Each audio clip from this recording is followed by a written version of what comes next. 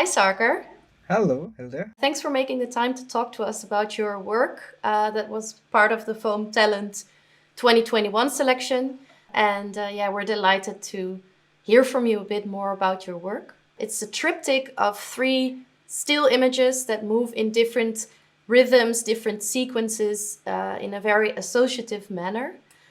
The piece is called Raśmi. Could you tell me what that means? Roshi means the ray of light. It's that thin ray that we can see often from sunlight or any other source of light. The work kind of evolves with a lot of photographs all together, with many different combinations and sequence paired with different soundscapes. Yeah, we see a sort of constant motive in the sequencing of images that is also light. So, we see traffic lights, we see the light reflected in animal eyes, we see the moon, and all kinds of, reflections of light. I know that in previous work you also reference Genesis, the start of the world starting with light. Is there a religious connotation in this sort of interest in light, or is there a different fascination for the subject? No, I think in many of my work, light does play a very crucial role. But for example, in Rashmi, light here comes as a common protagonist that can represent both world, which is often we find in the religious scripts or the traditional narrative of the world, but also light as a form which we find in physics through scientific understanding. So I think light plays that role which is the bridge where it brings out this both world and also the contradictions often that we as human find ourselves in. Yeah, it's interesting because light is also, in a way, the very essence of photography itself. Is it a sort of, reference also to the origins of photography and the technical aspect of it? Very much. I mean, I think one that you mentioned is that the photography itself is the core of it is based on light in from the very starting point. At the same time, it is something that is not it's an intangible form. It is there, we see it. It affects its presence through its presence in our world, but at the same time it's never can be it cannot be hold or touched. Uh, and then photography kind of again takes that intangible form of the universe and then creates images for us through that same thing. So I find it very much fascinating to kind of often go back to. Uh, and I think the medium helps a lot for me. I think that's why photography is important, because it's one of that medium that has a very direct relationship with it.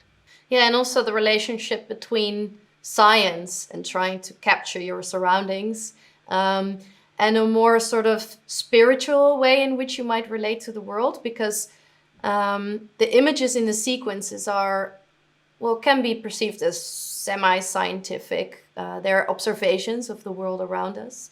But the sequence itself is very hypnotizing and really intuitive. And yeah, you get in a sort of trance, right? Of different images that present itself to you at a different pace.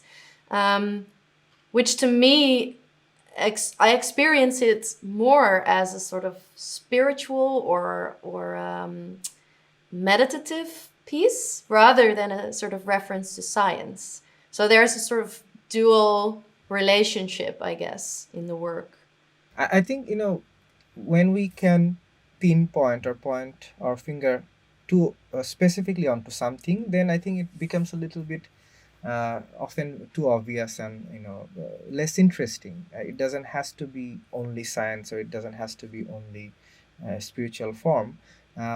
It's when it blurs, the boundaries blurs, and I think then the curiosity and the mystery of it uh, creates more interest for me.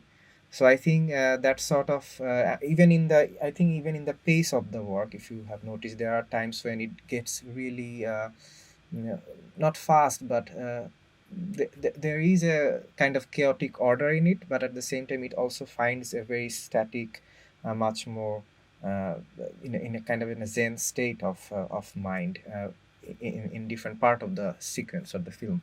And I think that's also again these two different kind of energy that we of also in our mind often experience. You're also a musician, correct? Or you used to be? Does that have any play in your work as well? I think obviously, I mean, I have a long years of musical practice and understanding.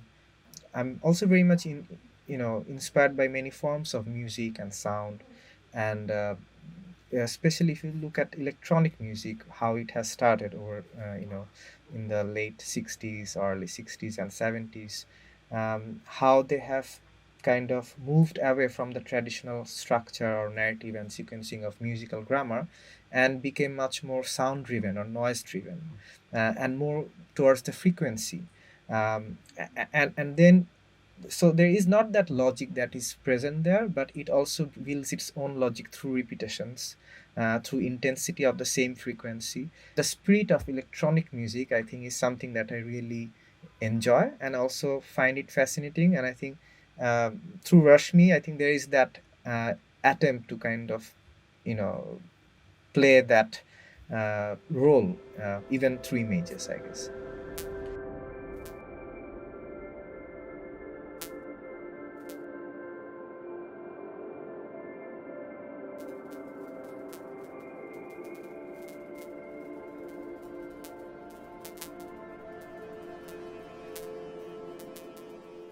So your work is very sensory, relying a lot on sight, but also sound, hearing, also quite immersive experience. Whereas our lives now are very much screen-based. I can imagine perhaps no one has been able to see the work in space, projected in a room. How do you envision this translation of your work, from an immersive experience into the digital sphere or on print, for example? There are many photographs, which is basically photographs of another screen. The work does have that, but at the same time, it has a lot of images, which is almost like a collecting images. I'm collecting images from many different spaces, and they are not necessarily a photograph. Often those contents are often very hyper real or very digital projection, but sometimes the work also goes very much in the nature.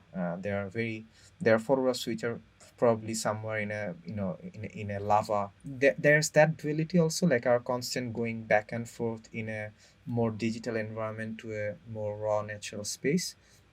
And then when the pandemic hit, and once I started looking at the work in a different way, I found it very ironical that often the work is now only being shown in screen. I find it interesting that Bindi Flora in the Foam magazine article about you compared your work to a kaleidoscope. It takes all these different, angles and different views from, other screens or from Right. your own screen, and then puts it back, into one Right. screening, Right. literally. Yeah, it's a nice metaphor. I realized how our life has been so screen based. Even the pandemic, even before the pandemic. I mean, we were always hooked through our phone or our devices, and now it's only more. And I think a screen itself has become a very important element of the work. Because your work also reminds me a bit sometimes of like a Rorschach test, where a psychiatric test where you have to Look at yeah. sort of interpret an image that is quite abstract and that tells you something about your inner world or the workings of the mind. I think the same goes for the kaleidoscopic effect of your work, where if you look at an image that passes you by at a different speed, you don't really know if you're looking at very, very microscopic image of connections in the brain, or if you're looking from a far distance onto the world, Right. looking at the branching of a river. So even in this in this image sequence, you never really know whether you're looking at great detail or from very, very far away. I think that's a very fascinating example. And if a work can provide that space where the viewer can have their own interpretation based on that, it's not important what I'm showing, it's rather what they are seeing is becomes much more important. And I think that's something I would be more interested to do or be able to do. Yeah, it's also puts the viewer in a modest position, kind of this existentialism of being small in a large world.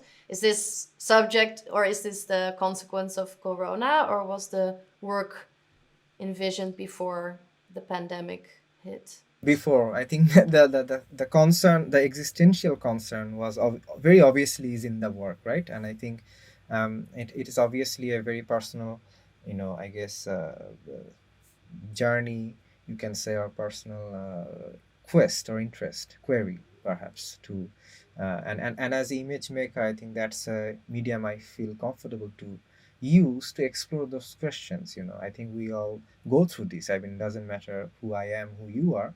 We all in our different points of life are put into situations where it makes us wonder about our about our existential identity, about our relevance, about what we are and why we think ourselves as important, or what actually important is. So obviously those are there. Those are always there. It's always there even if I'm not producing a work. But I think Rashmi brings out a lot of those things in a way, I think, that usually I wasn't doing before. Often the work can be about something else, where this one is much more also about internal contradictions and dealing with certain paces of or coping up with life. There are a lot of anxiety that we live with, especially in recent years, which are caused by many political tensions, many personal loss and whatnot. So I think they are naturally also part of the work. Yeah, and the looking at the work, I experience a sort of feeling of meditation or catharsis in a way. Did you have that same experience when you were making the work? I think when you are an image maker, or even if you're writing a music, the process itself is a form of meditation, I believe. And so when I'm looking at a thing, when I'm seeing something, the heightens of your focus becomes so much, so increase so much. And I think that is something often people tries to achieve with also with a meditation. We want to be very aware of our surrounding, and when I'm producing image, I'm also very aware of where I am and what I'm looking at, how I'm seeing that. So obviously that is there, that is there by default. Well, thanks, Sarker, for your time. It's been a pleasure to talk to you, and we're thrilled that you're part of Foam Talent 2021. Thank you very much. I'm also very happy, and hope for the best for this year to everyone at home, and we'll be seeing each Thank other you. at some point. Yes, I hope so.